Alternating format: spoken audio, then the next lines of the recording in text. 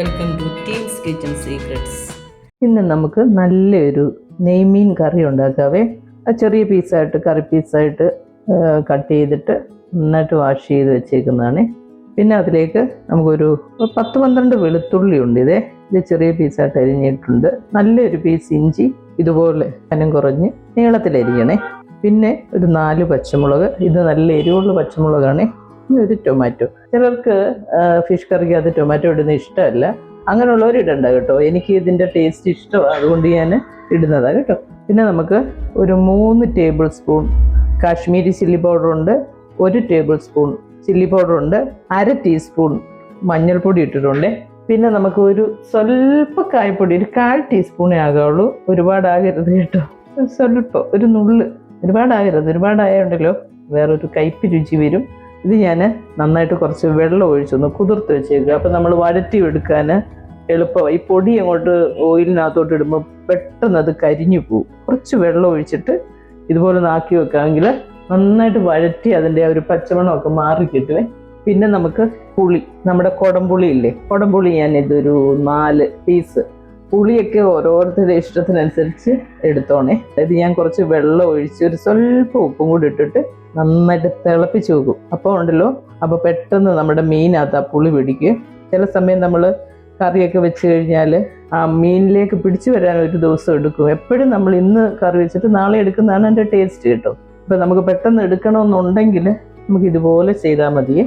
നമ്മളിവിടെ ഒരു പാൻ എടുത്ത് വെച്ചിട്ട് നമ്മൾ ആവശ്യത്തിന് വെളിച്ചെണ്ണ ഒഴിച്ചു കൊടുക്കണം. ഒരു 2-3 ടേബിൾ സ്പൂൺ വെളിച്ചെണ്ണ ഒഴിച്ചു കൊടുക്കണം. കാരണം നമുക്കിത് നന്നായിട്ടൊന്ന് വഴറ്റി എടുക്കേണ്ടതുണ്ട്.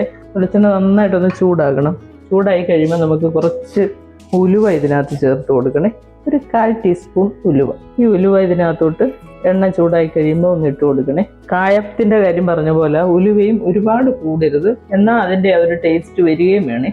ഈ ഫിഷ് കറിക്ക് ഉണ്ടല്ലോ നമ്മൾ വേറെ ഓയിലൊന്നും ചേർക്കരുത്, വെളിച്ചെണ്ണ തന്നെയാണ് അതിൻ്റെ ടേസ്റ്റ് കേട്ടോ.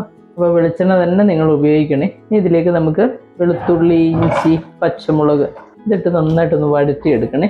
ഫിഷ് കറി, പല ടൈപ്പ് ഫിഷ് കറി ഞാൻ ചാനലിൽ ഇട്ടിട്ടുണ്ട്.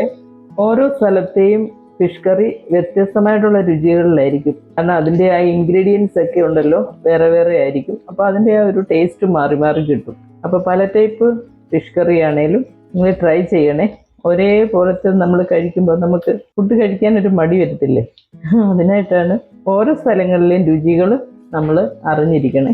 ഈ തക്കാളിയുടെ ടേസ്റ്റും കൂടെ ഇഷ്ടമുള്ളവർ മാത്രം അത് ഉപയോഗിച്ചാൽ മതിയേ. ഇതിപ്പം ഇപ്പം പുളിയാണേലും എരിവാണേലും ഉപ്പാണേലും എല്ലാം ഓരോരുത്തർക്കും ഓരോ ഇഷ്ടങ്ങളാണ്. നമ്മളെപ്പോഴും ഫുഡ് ഉണ്ടാക്കുമ്പോൾ നമ്മുടെയും കൂടെ ഇഷ്ടത്തിന് ഒരു പ്രിഫറൻസ് എപ്പോഴും കൊടുക്കണം. എന്നാലേ നമുക്കത് ആസ്വദിച്ച് കഴിക്കാൻ പറ്റത്തുള്ളേ. അല്ലാന്നുണ്ടെങ്കിൽ നമുക്ക് അയ്യോ ഉള്ളില്ലല്ലോ എന്ന് തോന്നിക്കഴിഞ്ഞാൽ ഫുഡ് ഒരു സുഖം ഉണ്ടാകത്തില്ലേ. കറികളൊക്കെ ഒന്ന് കേടാകാതെയൊക്കെ ഇരിക്കണമെങ്കിൽ കുറച്ച് നേരം ഒന്ന് വഴറ്റി ഇതിൻ്റെ ആ ഒരു നല്ല ട്രൈ ആകണം. ഇതെല്ലാവേ കുറച്ച് ടൈം എടുക്കണം. ചില കറികളൊക്കെ ഉണ്ടാക്കാനായിട്ട് നമ്മൾ ഇച്ചിരി ഒരു സമയം എടുക്കും. ചില കറികളൊക്കെ ഇല്ലേ ഭയങ്കര സ്പീഡായിരിക്കും, ഭയങ്കര സ്പീഡിൽ നമുക്ക് ഉണ്ടാക്കാൻ പറ്റും. അതൊക്കെ ഒരു എന്താ പറയുന്നത്, നമുക്ക് മടി പിടിച്ചിരിക്കുമ്പോൾ ഒരു തട്ടിക്കൂട്ട് കറികൾ എന്നൊക്കെ പറയത്തില്ലേ, അതുപോലെ ആയിരിക്കുവേ. സമയമുള്ള സമയത്ത് സമയം എടുത്ത് ചെയ്യണം. അപ്പം അതിൻ്റെതായ ഒരു ടേസ്റ്റ് വ്യത്യാസം നിങ്ങൾക്ക് ഫീൽ ചെയ്യും. അപ്പോൾ ഏതാണ്ടൊക്കെ ഒന്ന് മൂത്തിട്ടുണ്ടേ.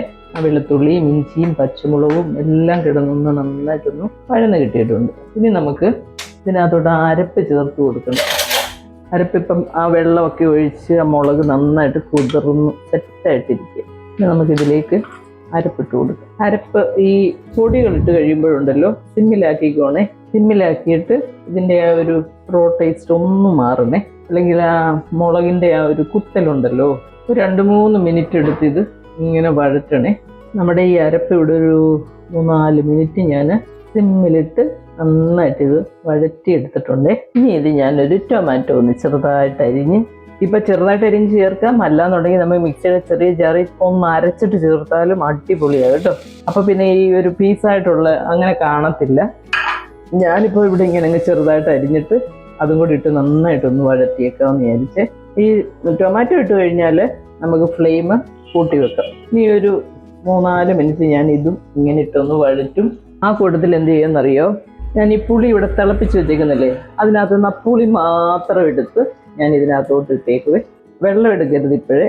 പുളി മാത്രം എടുത്ത് ഇതിനകത്തിട്ട് ഞാനൊന്ന് വഴറ്റിയെടുക്കും. പുളി ഞാൻ ചെറുതായിട്ട് കീറിയിട്ടേക്ക് കേട്ടോ. അതുകൊണ്ടാണ് ഇത്രയും പീസ് തോന്നുന്നത്. കോട്ടയംകാർക്ക് പുളി കുറച്ച് ഇഷ്ടമാണ്, അതുകൊണ്ടാണ് ഇങ്ങനെ ഇടുന്നത്. നിങ്ങളുടെ ഇഷ്ടത്തിനനുസരിച്ച് ചെയ്താൽ മതി. പിന്നെ എപ്പോഴും നോൺ വെജ് കഴിക്കുമ്പോൾ സ്വല്പം എരിവും പുളി, മീനൊക്കെ ആണെങ്കിൽ കുറച്ചൊരു പുളിയും ഒക്കെ എല്ലാവർക്കും ഇഷ്ടമാണ്. ശരിക്കും പറഞ്ഞാൽ ഈ ഗ്രേവിക്കകത്തോട്ടങ്ങ് ഈ പുളിയും കൂടി ഇട്ട് ഇങ്ങനെ അങ്ങ് ഇളക്കി കഴിയുമ്പോൾ ഇതിൻ്റെ ആ ഒരു പുളിയും കൂടെ കുറച്ച് ഈ അരപ്പിലേക്ക് ഇറങ്ങും. അതിനായിട്ടാണ് പുളിയും കൂടി ഇട്ട് ഇതുപോലെ ഒന്ന് വഴറ്റിയെടുക്കുന്നത്. നമുക്ക് ആവശ്യത്തിന് ഉപ്പും കൂടെ ചേർത്ത് കൊടുക്കാവേ. ഉപ്പ് കൂടിപ്പോവല്ലേ. ഇപ്പം നന്നായിട്ട് ഈ അരപ്പെല്ലാം അതിൻ്റെ ഒരു റോ ടേസ്റ്റൊക്കെ മാറി കിട്ടിയിട്ടുണ്ട്. ഗ്യാസ് ഓഫ് ചെയ്യുകയാണേ. ഇനി നമുക്ക് ആവശ്യത്തിന് വെള്ളം, ഒരുപാടങ്ങ് വെള്ളം ആകണ്ട കേട്ടോ. ആവശ്യത്തിന് വെള്ളം ഒഴിച്ചു കൊടുത്ത് അരപ്പ് ഒന്ന് മിക്സ് ആക്കണേ. ചെറിയൊരു തിള വരുന്ന കണ്ടോ. അപ്പം ഞാനിതങ്ങ് മാറ്റുവാണേ. നമ്മളിവിടെ ഒരു ചട്ടി എടുത്ത് വെച്ച് കൊടുത്തിട്ടുണ്ട്. അതിനകത്തോട് ഞാനൊരു സ്വല്പ കറിവേപ്പില ഇതുപോലെ തണ്ടോടങ്ങ് ചെയ്യുകയാണേ. ഇത് ഞങ്ങളുടെ ഒരു ഫ്രണ്ട് വീട്ടിൽ നിന്ന് കൊണ്ട് തന്ന നല്ല വിഷമൊന്നും അടിക്കാത്ത നല്ല കറിവേപ്പില കേട്ടോ. അപ്പോൾ പിന്നെ നമുക്ക് ധൈര്യമായിട്ട് ഉപയോഗിക്കാമല്ലോ. അതിൻ്റെ പുറത്തോട്ട് നമ്മൾ ഈ തയ്യാറാക്കി വെച്ചേക്കുന്ന ഗ്രേവി ഉണ്ടല്ലോ, കുറച്ച് ഞാനൊന്ന് ഒഴിച്ചു കൊടുക്കുകയാണ്. ഇതിലേക്ക് നമ്മുടെ ഫിഷ് ഉണ്ടല്ലോ, ആ ഫിഷ് ഇടുന്നതിന് മുമ്പ് ഒരു സ്വല്പം കൂടെ ഒന്ന് നന്നായിട്ടൊന്ന് വാഷ് ചെയ്തേക്കണേ. വാഷ് ചെയ്തിട്ട് ഇത് ഓരോ പീസായിട്ട് ഇങ്ങനെ ഈ ഗ്രേവിയുടെ മുകളിലേക്ക് നമ്മൾ കുറച്ച് ഇതിൻ്റെ ഒരു പകുതി ഗ്രേവി ഇതിനകത്തോട്ട് ഒഴിച്ചിട്ടുള്ളേ. സിമ്മിൽ വെച്ചേക്കുക തീയൊക്കെ കേട്ടോ, ഒട്ടും കൂട്ടിയിട്ടില്ല. ഇതെല്ലാം നമ്മൾ ചെയ്ത് കഴിഞ്ഞിട്ട് ഫ്ലെയിം കൂട്ടി വെക്കത്തുള്ളൂ കേട്ടോ. ഇടയ്ക്ക് വല്ലപ്പോഴും ഈ രീതിയിലും കൂടെ ഒക്കെ ഒന്ന് ചെയ്ത് നോക്കണേ. അതിൻ്റെ ആ ഒരു ടേസ്റ്റ് വ്യത്യാസം നമുക്ക് അറിയാൻ പറ്റും. കറിവേപ്പില നന്നായിട്ട് ഇടണേ. അപ്പോൾ അതിൻ്റെ ആ ഒരു ടേസ്റ്റ് നല്ലതാണ്. കുറച്ചുകൂടെ നമുക്ക് കറിവേപ്പില ഇങ്ങനെ ഇതിൻ്റെ പുറത്തോട്ട് ആഡ് ചെയ്ത് കൊടുക്കും. അതിനുശേഷം ബാക്കിയുള്ള ഗ്രേവിയും കൂടെ നമ്മളിതിൻ്റെ പുറത്തോട്ട് ഇങ്ങനെ ഒഴിച്ചു കൊടുക്കണേ. എന്നിട്ട് പിന്നെ നമുക്ക് ആവശ്യത്തിന് ഈ പാനിൽ ഇരിക്കുന്ന ആ ഗ്രേവി കംപ്ലീറ്റ് നമുക്ക് കിട്ടണമല്ലോ. അന്നേരം നമ്മൾ കുറച്ചുകൂടെ വെള്ളം ചേർത്ത് കൊടുക്കുക. എന്നിട്ട് ഈ ചട്ടി ഇങ്ങനെ ഒന്ന് ചുറ്റിച്ചെടുത്താൽ മതി കേട്ടോ. നമ്മളിപ്പോൾ ഇത് വെന്ത് വന്നിട്ടില്ലല്ലോ, അപ്പം പിന്നെ അധികം ഉടയത്തൊന്നുമില്ല. നമ്മളിപ്പോൾ അങ്ങോട്ട് ഇട്ടതല്ലേ ഉള്ളൂ. അപ്പം നമുക്ക് സ്പൂൺ കൊണ്ട് ഇതൊന്ന് നിരത്തി ഒന്ന് വെച്ച് കൊടുക്കണേ. ഇപ്പം കറക്റ്റാ വെള്ളം. നമ്മളിപ്പം കുറച്ച് തിളച്ച് കഴിയുമ്പം മീനിൽ നിന്നും കൂടെ കുറച്ച് വെള്ളം ആവുമേ. അപ്പം നമുക്ക് കറക്റ്റായിട്ട് ആ ഗ്രേവി കിട്ടും. കുറച്ചുകൂടെ കറിവേപ്പില അതിൻ്റെ മേളിലോട്ട്. നമ്മളിതിന് ഉപ്പൊക്കെ ഉണ്ടോ എന്നൊന്നും നോക്കിയേക്കണേ. ഉപ്പില്ലേ നമ്മൾ അതിനനുസരിച്ച് ഉപ്പൊക്കെ ഇട്ട് കൊടുക്കണേ. പുളിയൊക്കെ ഇറങ്ങുമ്പം ഒരു സ്വല്പം കൂടി ഉപ്പ് വേണ്ടി വരുവേ. അപ്പോൾ നമ്മളൊരു സ്വല്പം കൂടി ഒന്ന് ആഡ് ചെയ്ത് കൊടുത്തേക്കണം. ലാസ്റ്റ് നമ്മൾ ചേർക്കുന്നത് പുളിയിട്ട് തിളപ്പിച്ച വെള്ളം ഇല്ലേ, ആ വെള്ളവും കൂടെ ഇതിനകത്തോട്ട് അങ്ങ് ഇട്ടേക്കണേ. അപ്പം നല്ല പോലെ ആ പുളിവെള്ളം അതിനകത്ത് ഇറങ്ങി പെട്ടെന്ന് മീനകത്ത് പുളി പിടിക്കും. ഇനി നമുക്കിത് അടച്ചു വെച്ചിട്ട് അങ്ങ് വേവിക്കാവേ. ഒരു 10 മിനിറ്റ് കഴിഞ്ഞ് നമുക്ക് നോക്കാം. നമ്മുടെ ഫിഷ് ഇവിടെ വെച്ചിട്ടൊരു 10 മിനിറ്റ് കഴിഞ്ഞിട്ടുണ്ടേ. സമയത്ത് നമ്മൾ ഇതിൻ്റെ ഉപ്പൊക്കെ ഒന്ന് നോക്കണം. ഉപ്പ് പുളി എല്ലാം നോക്കണേ. നല്ല സൂപ്പർ ഫിഷ് കറിയാണ് കേട്ടോ. നല്ല ടേസ്റ്റാണ്. ഇത് നമ്മുടെ അമ്മമാരൊക്കെ പണ്ട് ഉണ്ടാക്കുന്ന സ്റ്റൈലാണ് ഞാൻ ഇതിന്ന് ഉണ്ടാക്കി കാണിച്ചേക്കുന്നത്. ഇവിടെ അമ്മമാരൊക്കെ ഉണ്ടാക്കുമ്പോൾ അതിനൊരു പ്രത്യേക ടേസ്റ്റ് അല്ലേ. ഞാൻ ഒരു 10 മിനിറ്റ് നല്ല ഹൈ ഫ്ലെയിമിലിട്ട് ഇത് കുക്ക് ചെയ്തിട്ടുണ്ട്.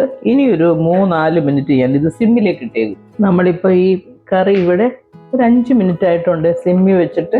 എണ്ണയൊക്കെ തെളിഞ്ഞ് ചാറൊക്കെ കുറച്ച് വറ്റി നല്ല സൂപ്പർ ടേസ്റ്റിലുള്ള നമ്മുടെ ഫിഷ് കറി ഇവിടെ റെഡിയായ. ഇത് നല്ല ചൂട് ചോറിൻ്റെ കൂടെ നല്ല പുളിശ്ശേരി അല്ലെങ്കിൽ മോര് കറി, പിന്നെ നല്ലൊരു തോരൻ, പപ്പട, അച്ചാർ അങ്ങനെയൊക്കെ അങ്ങോട്ട് കഴിച്ചു കഴിഞ്ഞുണ്ടല്ലോ റെസ്റ്റോറൻറ്റിലൊന്നും നമ്മുടെ മക്കൾ പോകത്തില്ല. നമ്മുടെ വീട്ടിൽ തന്നെ ഇരുന്ന് ഭക്ഷണം കഴിക്കും. അപ്പോൾ എല്ലാവരും ഇത് ട്രൈ ചെയ്യുക. ഇത് ചോറിൻ്റെ കൂടെ മാത്രമല്ല കേട്ടോ, നല്ല കപ്പയുടെ കൂടെ നന്നായിട്ട് ചേർന്ന് പോകുന്ന ഒരു ഫിഷ് കറിയാണ് ഇത്.